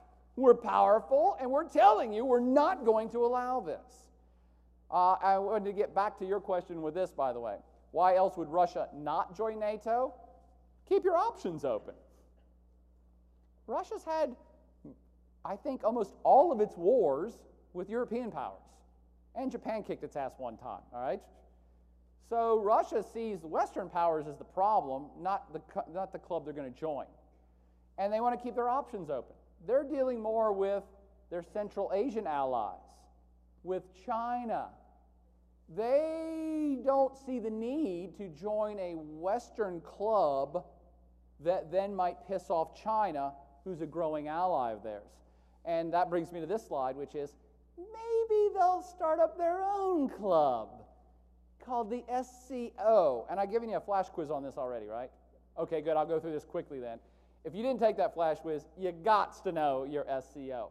I think it's one of the most dynamic and exciting world international organizations that is out there that no one in America understands or knows about. And to me, it's one you really should know. I kind of look at it now as a kind of anti-NATO, not anti-NATO, a Asian NATO. It also could be like a Warsaw Pact too, although China was never really part of the Warsaw Pact. But Russia's keeping its option open, and for those of you that don't know the SCO countries yet, go ahead and know them now. I'll give you a final exam question or two on them. The SCO countries are the powerhouse now, Russia, massive powerhouse of the 21st century, China, and a bunch of stand countries in between. Now, is it a NATO? Do they have an Article 5? No. But these countries are working together increasingly, military exercises, economic trade, working on pipelines, distribution of resources, and they don't have an Article 5, but they do have this. Again, hopefully you already got this from the video. But they kind of have said, well, we're not going to promise an Article 5 that will come to help you, Kazakhstan, if you get invaded, but they have all pledged to help each other in case of internal dissent. Under the guise of terrorism, they've said, if anybody tries to start an uprising in Kazakhstan or China or Uzbekistan or Russia, we all pledge to help each other make sure that don't happen. It seems likely that in a matter of time they will have a single defensive pact that is more like NATO Article 5, where they say, hey, if anybody messes with China, we promise we're on China's side. Yes? This little blue thing here? Light blue, and that's Taiwan. I put them in a light blue because we're not sure the status of Taiwan, so maybe soon they'll be in this, maybe not. Depends on if they are counted as part of China or not. That make sense? By the way, another exam question. This sucker's growing too. So I've talked about NATO expansion and how that pisses off Russia a bit. The SCO is growing. Observer states now include Mongolia, the powerhouse with 2 million people, Mongolia, India, Pakistan, and Iran wants into this as well. By the way, why would Iran want into SCO? Yeah, they don't have an Article 5, but Iran will take anything it can get. It'll take any friends it can get. And so it would love to be a full-fledged member of the SCO just so it would make the Western countries sweat a little bit. Just so it'll make the United States think twice about bombing Iran, because if they're part of SCO, then the United States has to think, will Russia and China come help these Iranians? We're not sure, because we're really not sure what this group is doing fully. Another thing I want to put out as an exam question that I don't know I said in that video you watched already, but the other thing about this that fascinates me is every time they meet, and it's about once a year, the last 2 or 3 times they've met, the leaders of China and Russia, of course they run the show, and they have openly in press conferences for 2 years said something to the effect of, we're thinking about getting off the US dollar. We think we might drop the US dollar as the world standard and maybe pick up, I've not really heard the Russian ruble, but maybe we'll pick up the Chinese yuan as our standard across our forming trade bloc. That's significant. It's significant. It would be a little bit significant if they were talking about it behind closed doors, but they're talking about it at press conferences out in the open. This seems to be the future bloc of note in Asia. That and ASEAN, which you already know about as well. But this one seems like it's a trade affiliation that's leaning more towards political integration and military integration. That's significant. Before I overstate, oh, by the way, Mohammed, this is why Russia will probably not join NATO. They're now seeming like they're leaning east. And you've probably picked this up already in this lecture, but Russia really kind of straddles the fence. Throughout their entire history, sometimes they consider themselves European, sometimes they don't. Sometimes they lean more towards Asia in terms of trade and military, sometimes they lean back more towards the European. So they have this kind of bipolar attitude that some Russian leaders have even said, no, we're European. We want to embrace Europe and be European, like Peter the Great. And other Russian leaders have said, no, we hate the Europeans. Let's be as different from them as possible. And what we see with Putin feels like an exam question. Putin is definitely in the anti-European camp. Definitely. He does not hate Europe. He's not going to start a war with Europe, but he is certainly and obviously putting more eggs into the China basket, if that makes sense to everybody. Okay? He is definitely saying Russia needs to focus over in the SCO. Russia needs to focus east. We need to work on our trade ties and economics and military with the eastern guys. I'm not that concerned with the Europeans. Quite frankly, and not to make fun of my European friends whom I love, but if you look at the state of the economy right now on planet Earth, it's a pretty wise move. It's a pretty wise move. Russia makes most of its money off of oil and natural gas and selling natural resources. Who's buying more of those right now? Europe or China? It's kind of a simple business deal, if you think about it. By the way, Russia's making money on both sides because they do sell oil and natural gas to the Europeans and to China and Japan and everybody else. So they play the market both ways. They win it both ways, which I think kind of brings us to this. A new century, what has gone right? Because I've suggested that Russia's back. They are back as a world power. As powerful as the USSR? No. But they got their act together. And they are more powerful, and they are more open about exhibiting that power, i.e., see the Georgian War. Okay? So what has gone right? In a word, our main man, Putin. Okay? If you had to pick two things that have helped Russia get its mojo back in the last decade, Putin would be one. And can anybody pick the other word? I would pick petroleum. Okay, Putin and petroleum. And let's put them together, Putin with petroleum. This is the cover of The Economist magazine. And it's playing off of Putin and petroleum and the mafia all in one picture. See how that works? What do you think this magazine was trying to say with this cover? Don't mess with Russia. Why doesn't he have a gun? That's how they got their mojo back. Russia has been selling absolute mega shit tons of petroleum and natural gas and virtually every other mineral and metal resource on planet Earth. And lumber, believe it or not. Okay? They export absolute megatons of natural resources, namely petroleum. I don't expect you to know this off the top of your head, but the price of oil has been really high for a long time. It's actually low right this second. But 10 years ago, it was through the roof. When the United States invaded Afghanistan, went higher. Then we invaded Iraq, went higher again. And we say in our country, oh, that sucks. Damn it. It takes like $100 to fill up my Hummer. I'm sad. I don't get as good gas mileage. It's hurting our economy. I'm sad. Not everybody is sad when the price of oil goes up. In fact, there are more people on the planet who are happy when the price of oil goes up, namely everyone in the Middle East and Russia. And Russia has gotten its economy back on feet, feels like a test question, mostly because of exporting natural resources, namely petroleum. Yep. So what leader in Russia deserves the credit for bringing Russia in world economic arena? I'm sorry, say that again? What leader in Russia deserves the credit for bringing Russia to the... Oh, what leader deserves credit? So are you suggesting that maybe Putin doesn't deserve credit? He doesn't. He doesn't deserve any damn credit for Russia having a hell ton of oil. But Getting back the economy because it was he was in office when it happened. He was in office when it happened. See, now you should never ask me that question, Muhammad, because now I'm going to go off on another thing that pisses me off all the time about American politics. And this will be quick. This will be very quick.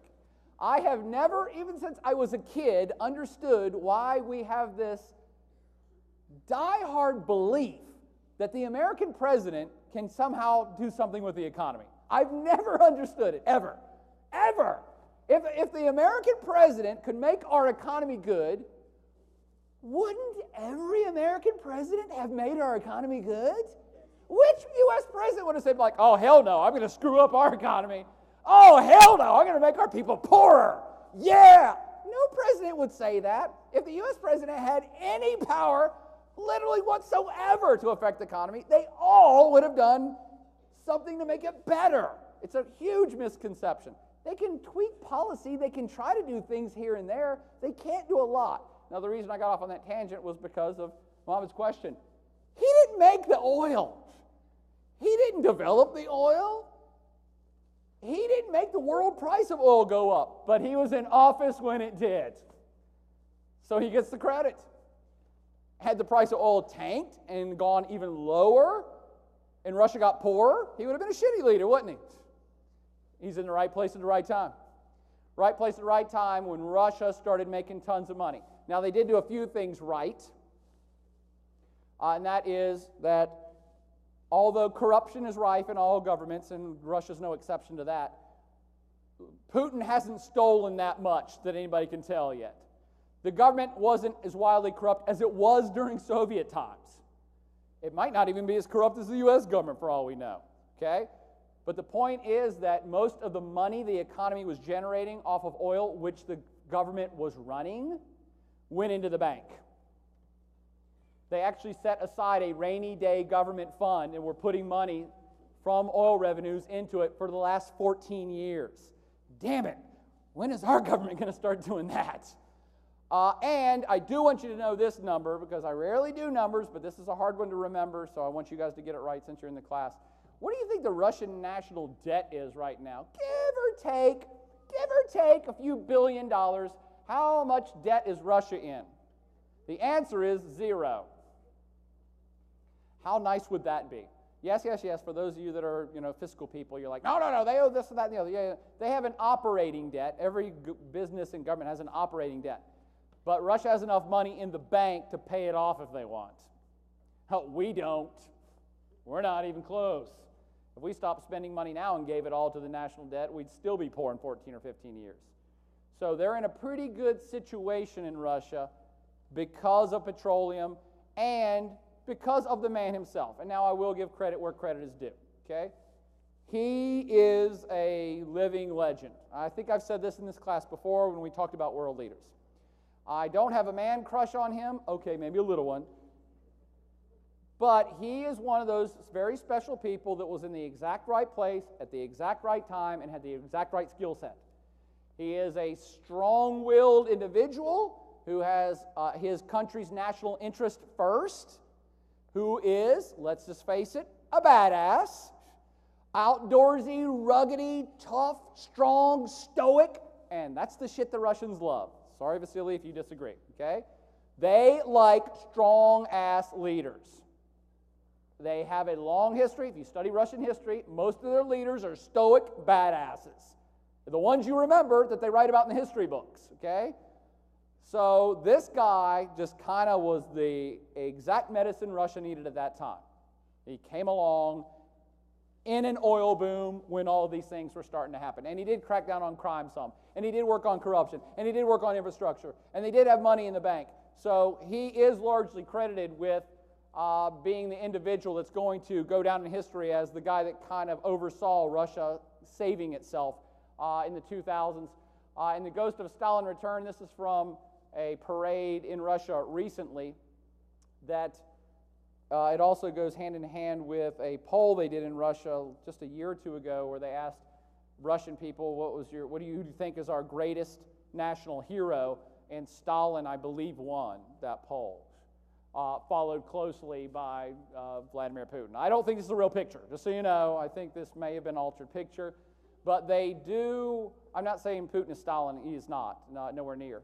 He's not insane, for one, and hasn't killed 50 billion people.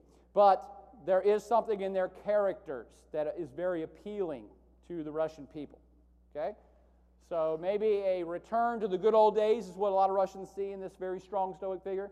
And he was just in the right place at the right time as Russia got its mojo back, got its power back. Putin stood up to the West a lot more. I should probably throw that in too. You should put it in your notes. You know, in the 90s, Russia couldn't do much about NATO expansion. When this guy took over, he said, I don't like this, and I'm telling you, we're going to move bombs to our border and point them at you. And again, I don't think the Russian people are cheering, but people are like, oh, he's standing up for our country again. All right. We're getting a voice back on the world stage again. All right. Yeah, Russia. Let's do Rocky IV again. We'll win this time. All right. So that is what's happened in the last decade. Someone sent me this too. What does it say? I like this Putin fellow, just needs more stash. Yeah, I guess Putin might be even more badass with a stash. But then again, I don't think so. Now, it does happen to be a radical coincidence that Joseph Stalin was actually himself Georgian. I don't bring that up just for great trivia in case you ever get on Jeopardy. I say it's a very radical, ironic coincidence that he's from Georgia, because I do want you to know this for this class. I think the invasion of Georgia 2 years ago was Russia reasserting itself on the world stage, standing back up again, physically, throwing down the gauntlet, saying, no, you're not coming into Georgia, and we're now willing to fight. We're strong enough. We have enough backbone. Our economy's strong. We are back. That is what that Georgian invasion stands for. That makes sense to everybody? So I think it's kind of a big deal. And again, I won't go through the 2008 Ossetian War. I said 2 years ago. I'm sorry, 4. But Russia was willing to send in troops, tanks, guns, planes, in what was really a confrontation with the West to check the checkmate and say, no, you're not going any further than this. Georgia's not going to be part of NATO. We will fight. And don't even think about Ukraine either, because that's pissing us off too. And I should point out that, actually we've already told the story. I'm just going to skip through this slide. Ding, ding, ding, ding. There you go. Oh, see? That's a great shot. Glamour shots. Georgian War, the 2008 Georgian War was really their calling card that they were back and assertive on the world stage. So jot that down if you don't got it down in your notes already. And here are another couple things to jot down. It's not just the Georgia thing anymore. That's largely forgotten, quite frankly. Georgia's trucking along quietly. They don't have any plans to jump back into NATO right this second. In fact, the guy who's the current president of Georgia said, no, we're not even talking about that anymore. That's a done deal. Forget about it. It's not going to happen. The thing I do want you to realize and understand is Ukraine may be a much bigger deal. Hopefully you picked up some of this from the textbook. But Ukraine is a place that could very easily turn into a war really kind of any time. And here's why.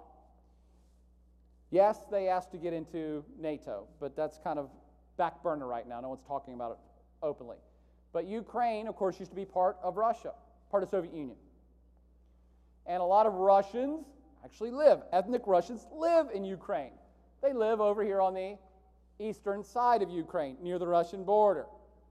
Most of the people who live in western Ukraine, as soon as they became independent in 1991, said, we want to join NATO. We want to join the European Union. We want to be more European. Most of the people in eastern Ukraine have said, no, we're kind of Russian. We kind of want to maintain our ties with Russia. So jot this down. Ukraine is interesting in that it's kind of a divided state. A divided state that's part pro-Russia, part pro-European. What does Russia got to do with this, though? Russia is very interested in Ukrainian politics all the time. Why is Russia so concerned with keeping Ukraine in its sphere of influence? It's its closest what? Well, it's a massive border, okay? So just the border alone would cause problems for Russia were Ukraine to join NATO, but it's a buffer state. but actually it's lit up for you here that I want you to write down in your notes. The Crimea. The Crimea is this little area of Ukraine. It's lit up right here. What's so significant about the Crimean Peninsula for Russia? It's where most of Russia's navy is. Yes, you heard me right. Most of Russia's navy is in Ukraine. Crimean Peninsula has been historically a place that Russia's fleet is at, that it sends out through the Black Sea, through the Bosphorus Straits, out to the rest of the world. This is of such high strategic value to the Russians that I have no reservations in telling you they would go to war with Ukraine if Ukraine tried to join NATO. They would simply say, strategically, we can't lose our main naval base. We will have to go to war if it comes down to that. By the way, it's not going to. But Russia always has a hand in Ukrainian politics with this divisiveness, almost a civil war situation where half the population's pro-West, the other half's pro-East. Russia has every intention on helping the pro-Eastern side as much as possible. The current prime minister of Ukraine is a pro-Russian guy. All right? The prime minister before him was a pro-European guy. So that's the complication of Ukraine. And there are other hot spots as well that I've talked about up in the Baltic states. Okay? So Russia looks at most of these areas as causes for concern, not places they feel comfortable joining a NATO club with. Does that make more sense? All right? And now the future of Russia. Seriously, that is a glamour shot. That had to be at a mall somewhere in Moscow. This can't be an official photograph of the president of the country, but it is. The future of Russia, so much changes. Whenever Vladimir Putin got into office in the year 2000, Russia was weak, the U.S. was strong.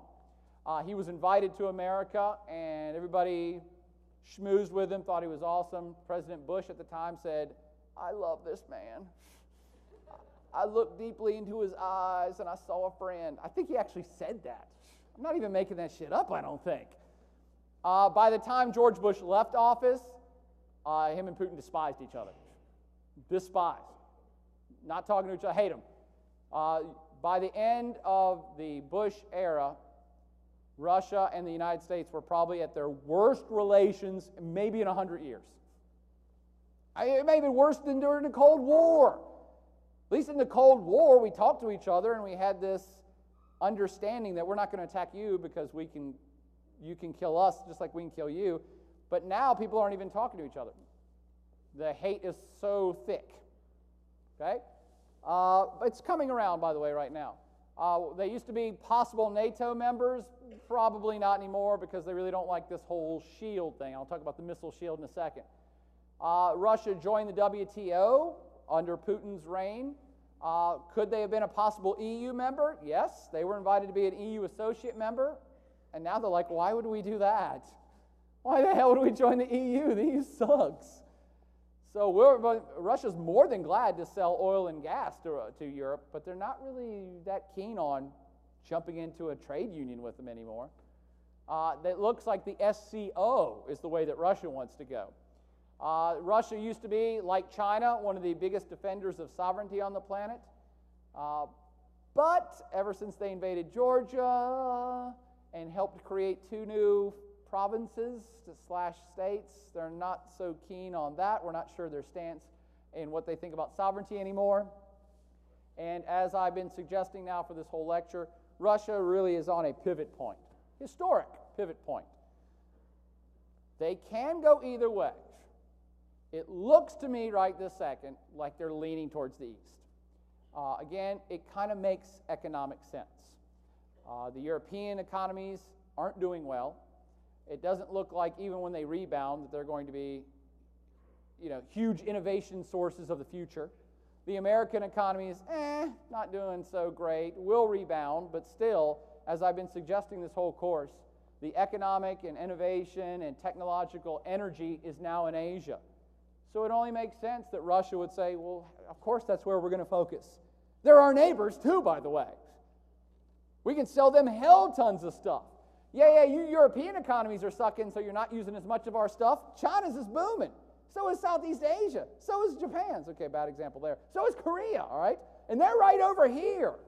We can start selling all this stuff over here, and that's exactly what's happening. Put this in your notes if I didn't tell you this already. It is another misconception. Most people think that during the Cold War that Russia and China were big buddies because they were both communist. Communist Russia, communist China. These countries did not like each other very much. They're just now actually kind of becoming friends. And even now it's tenuous. So put this in your notes too. I would say the two countries don't trust each other, but they're dealing a lot more with each other more than ever before. Does that make sense? Yeah. What's the current administration's relationship with Putin? That's a good question, and it feels like a test question as well. Maybe one for the world leaders. When Barack Obama came into power in 2008, one of the first things he said he was going to do was reset relations with Russia. Now, I know you guys weren't born when the Berlin Wall fell, but you were alive when Obama took office. Does anybody remember this reset button stuff?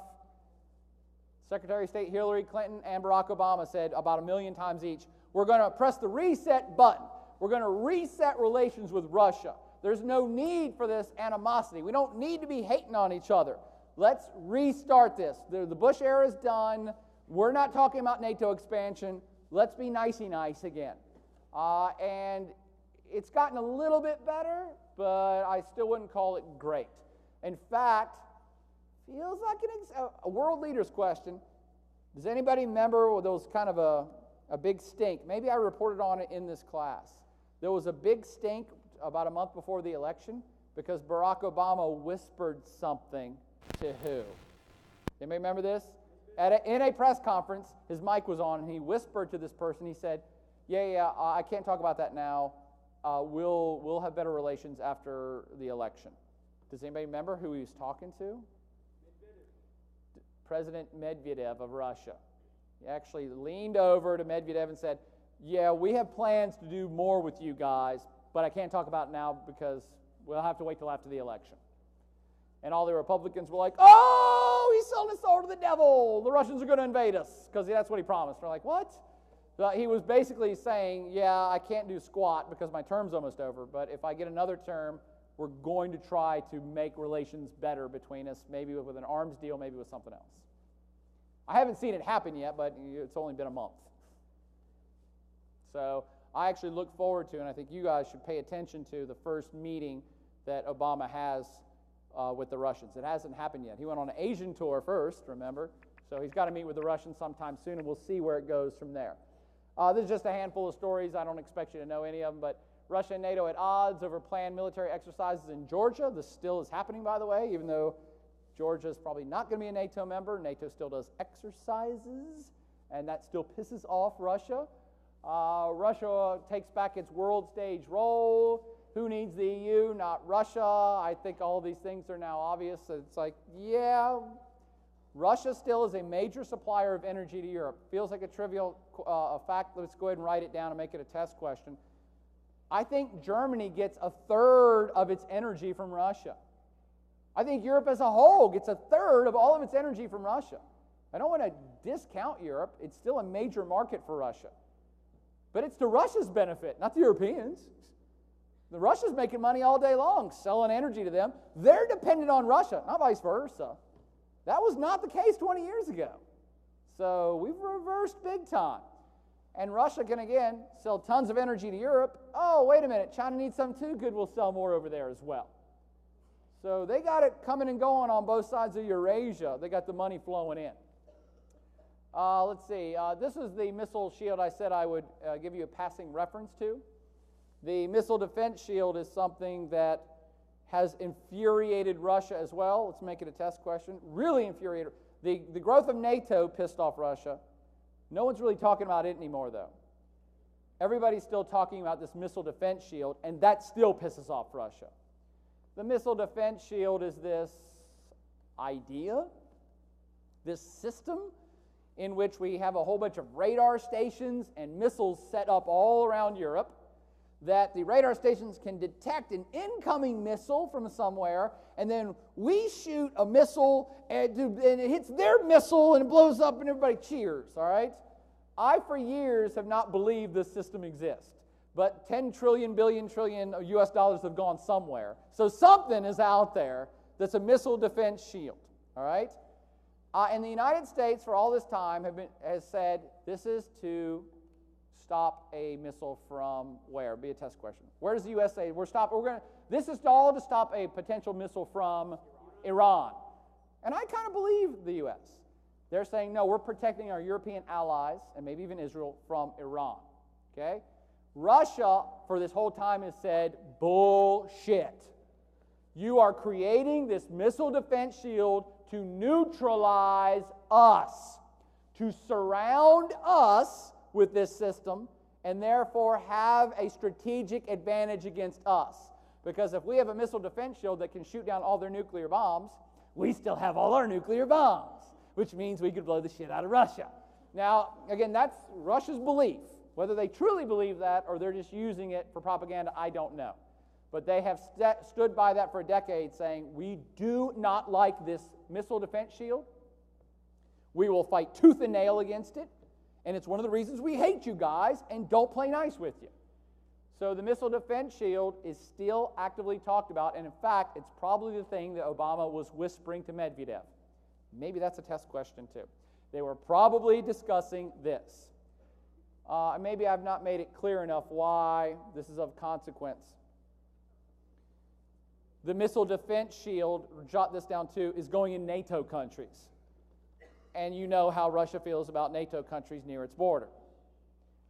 So all these missile systems, these ground-based missiles and the radar systems are going into Poland, Czech Republic, Hungary, around the Mediterranean. And Russia says, you're encircling us. You are encircling us. And it makes us angry. And you won't like Russia when they're angry, just like the Hulk, all right? Okay? And the Red Hulk. That's right.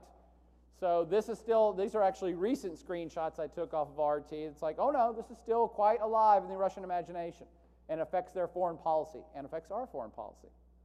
Right? Okay. Also, I do want you to know that Russia is now growing in its world role, in its world power, but maybe territorially. Oh, see, nobody knows this shit. Only us crazy geographers that study stuff like this realize that Russia may be growing. Russia, it's already the biggest country on planet Earth. Russia also has the world's longest Arctic border for 10,000 miles. And as global warming ensues, and I don't care if you believe in global warming or not, guess what? It's like 70 degrees outside. It's warm, all right? As the Earth gets warmer every year, the Arctic ice cap that used to be permanent is getting smaller and smaller and smaller. And we in our country say, oh, that's sad. Polar bears won't have any place to play. And penguins will die, even though there's no penguins in the Arctic, all right? We don't know any better. It's ice, all right? So, oh, it's going to be terrible for indigenous populations and stuff. Let me assure you, Russia thinks it's awesome. Global warming may be the greatest thing that's happened to Russia since it's existed. The greatest. It actually will definitely change Russia in the next 100 years in ways that we can't even fathom yet. And I can tell you this for nothing, it's going to make them more powerful. Now, what am I talking about? First off, check out this map. Because it's been mostly covered by ice, up to this point in history, no one has given a flying rat's ass about the Arctic Ocean. It's covered with ice. Who cares?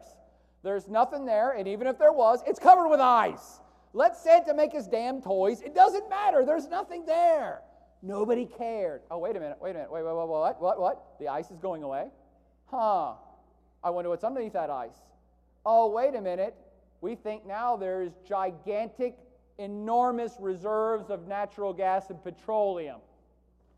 Oh, yeah, and by the way, once all this ice goes away, we can ship stuff from China and Japan over there directly across the top of the globe to the east coast of the United States in 1/3 of the time. Oh, wait a minute. Now we're talking strategic shit. Now it's a strategic passage, and it might have a bunch of resources, and now everybody wants it. And there are currently claims on the Arctic Ocean itself. And countries are going to the United Nations and saying, here is our claim. You can see the Russian claim runs from this dotted blue line tying into this red line all the way across. I'm sorry, actually through the North Pole and over. Russia said, this much, this ours. We take now. You die, Santa. And they will have it. And as funny as it sounds, 5 years ago, Russia used an automated submarine and sent a submarine to the official bottom of the Arctic Sea at the exact North Pole and planted a Russian flag underwater. Now Santa must go to South Pole, all right? Now, as silly as planting a flag is, it seems comical. There must be something to it because they went out of their way to do it. And now they're making the claim, guess what? All this territory is actually ours, and everything under the ocean there is ours, and it's our strategic territory that nobody can mess with. I believe you will live to see Russia get this claim registered, right? They will expand in power. Think about it strategically and militarily, too, that you own more territory. It's actually closer to Canada than the United States. Now, I know we're running out of time, and I spent the whole class on Russia, which I swore I wasn't going to do. But I had fun, and there's only 50 of us, so what the hell, all right? Here's the thing that nobody's thinking about, not even smart people, of which I do not count myself as a smart person. But I thought about this a long time ago because I've been lecturing about Russia for like 15 years. Remember I told you physically Russia's kind of screwed because all the rivers flow north. And most of it's Siberia. And it's frozen most of the time. And most of the rivers are frozen. And even if they weren't frozen, where do they go? They go to the Arctic Sea. Who the hell wants to go to the Arctic Sea? So Russia's a place that actually has not been that developed because the physical geography is too challenging. If the rivers went east-west, then you could ship stuff east-west, but they don't have that. So it's largely, all of this area from here all the way over to here is largely undeveloped, even though there's shit tons of resources there. But what happens when the Earth gets about 15 or 20 degrees warmer on average in winter? Look what's going to happen to Russia. If all of those waterways suddenly are ice-free and the Arctic Sea is ice-free, you're looking at a Russia that Russia has never known. You're looking at a Russia that can invest in infrastructure and development, and cities are going to start popping up in places they have never been before. Global warming is awesome for Russia. You're going to see stuff get shipped out of central Siberia like never before, and navigable waterways that are going to connect people and form cities and chains of distribution and everything like never before. It ain't happening instantaneously, but look for it in your lifetime in the next 100 to 200 years too, okay? This is going to change the balance of power for Russia in Asia and in the world. Long-term global warming effects are gigantic. And I think we're out of time, but we're going to raise the screens here for a second. We'll just leave it at that, and we'll start up with the Middle East next week. Oh, that's right, our final class is next week. Should we do? You guys, well, I'll let you guys vote in, only the people in this room because you're so awesome you come to class. Would you like me to start the Middle Eastern lecture online and then give you flash quizzes on it? Okay. But, I mean, that's going to be more lecture you have to watch. Let me hear it again. You want to watch more lecture? Then I will start doing the Middle East lecture online and then quiz you on it. We'll do like at least 2 parts before next week, and that way we'll be ready when we meet again to finish off the Middle Eastern lecture and do a roundup of planet Earth and ready for the final exam. Is that cool with everybody? Yeah. Okay, you guys can go ahead. Go. Yeah. I'm coming over to you. Oh, everybody hang on for a second. I'm sorry, hang on for a second. Are we going to have a performance? Yeah, you're having a performance. The Team Arab, Team Iran role? I'm sorry, say that again? Will the crush quizzes be different than the Middle East teams? Yeah. Now this will be new material, so I'll start doing the kind of the basic intro of the Middle East stuff and talk about ethnic groups and some of the religion stuff. Okay. That's important, and I'll get quizzed on that.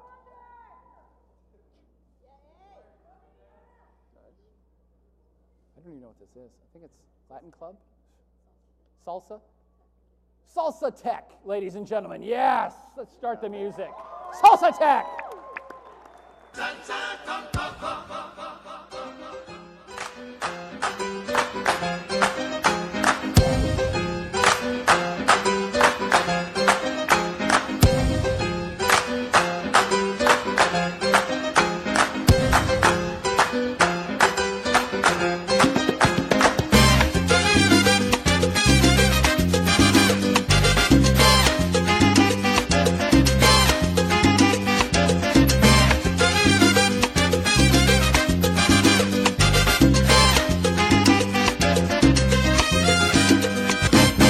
Llegaron los cocotuces en verano, todos quieren salir a vacilar. En las calles, en las villas, ya se están volviendo locos porque ellos quieren bailar. Danza con coco, ese ritmo que te vuelve loco. Danza con coco, buen que chulería. Danza con coco, no me vengas con piña ni con pelones porque yo